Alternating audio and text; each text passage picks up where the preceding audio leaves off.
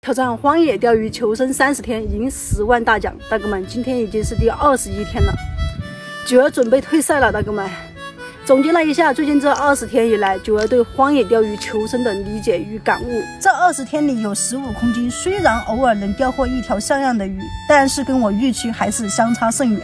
由于这片水域的地形对咱们的欧里钓有一定的限制，水下全是树桩，适合欧里钓的地方很少。然而我对台钓手竿又不是很熟悉，最终结果就是我与他们的渔获差距越拉越大。如果我选择继续硬扛，也许能坚持到30天，但这只是取胜的基础，最终输赢还是得看渔获。考虑到以上种种因素，再结合我自身的身体素质，我决定退出比赛。大哥们，九儿只是退出，不是认输哦。相信九儿下次一定能做得更好。好，大哥们，在这里九儿感谢各位大哥的支持。大哥们，下一期见。